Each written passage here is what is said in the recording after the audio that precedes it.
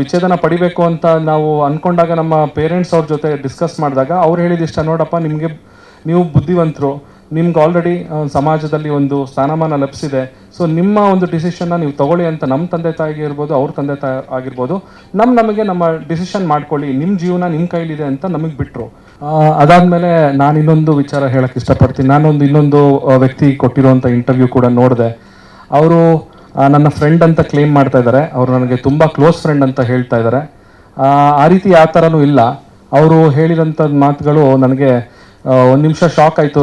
ನನಗೆ ಅನಿಸಿದ್ದು, ಯಾಕೆ ಈ ಥರ ಸುಳ್ಳು ಹೇಳ್ತಿದ್ದಾರಲ್ಲ. ಅವ್ರು ಹೇಳಿದ್ದಾರೆ, 6 ತಿಂಗಳಿಂದನೇ ನನಗೆ ಸಿಕ್ಕಿದಾಗ ನನಗೆ ಹೇಳಿದ್ರಂತೆ, ನಿವೇದಿತ ಅವ್ರಿಗೆ ಹೈದರಾಬಾದಲ್ಲಿ ಒಂದು ಹುಡುಗನ ಜೊತೆ ಸಂಬಂಧ ಇದೆ, ಅವನು ಹೈದರಾಬಾದಿಗೆ ಏನಕ್ಕೆ ಹೋಗ್ತಾರೆ ಅವರು ಅಂತ. ಆ ಥರ ಒಂದು ಕಾನ್ವರ್ಸೇಷನ್ ನಮ್ಮಿಬ್ಬರ ಮಧ್ಯೆ ಯಾವತ್ತೂ ನಡೆದೇ ಇಲ್ಲ. ಅವರು ಒಂದು ಸಿನಿಮಾದಲ್ಲಿ ನಾನು ಆ್ಯಕ್ಟ್ ಮಾಡಬೇಕಾದ್ರೆ ಅವರು ಆ ಸಿನಿಮಾದಲ್ಲಿ ಅವರು ಕೂಡ ಒಂದು ಪಾತ್ರ ಮಾಡ್ತಾಯಿದ್ರು. ಸೊ ಆ ಸಿನಿಮಾ ಶೂಟಿಂಗ್ ಟೈಮಲ್ಲಿ ನಾನು ಅವ್ರು ಸಿಕ್ಕಿದ್ದೆ. ಅವ್ರು ಸಿಕ್ಕಿದಾಗ ಸಿನಿಮಾ ಬಗ್ಗೆ ಮಾತಾಡಿದ್ದೀವಿ ಹೊರತು ಸೊ ಈ ರೀತಿಯಾದಂಥ ಯಾವುದೇ ವಿಚಾರ ಮಾತಾಡಿಲ್ಲ. ಮತ್ತು ಅವರು ಅಂದ್ರಂತೆ, ನಿವೇದಿತ ಅವ್ರು ಸರಿ ಇಲ್ಲ ಅಂತೆಲ್ಲ ನನಗೆ ಹೇಳಿದ್ರಂತೆ, ನಾನು ಅದನ್ನು ಕೇಳಿದ್ನಂತೆ. ಸೊ ಈ ಥರ ಎಲ್ಲ ಒಂದು ಸುಳ್ಳು ಹೇಳಿಕೆಗಳು ಯಾಕೆ ಕೊಟ್ಟರು ಅನ್ನೋದು ನನಗೆ ಆ್ಯಕ್ಚುಲಿ ಗೊತ್ತಾಗಲಿಲ್ಲ.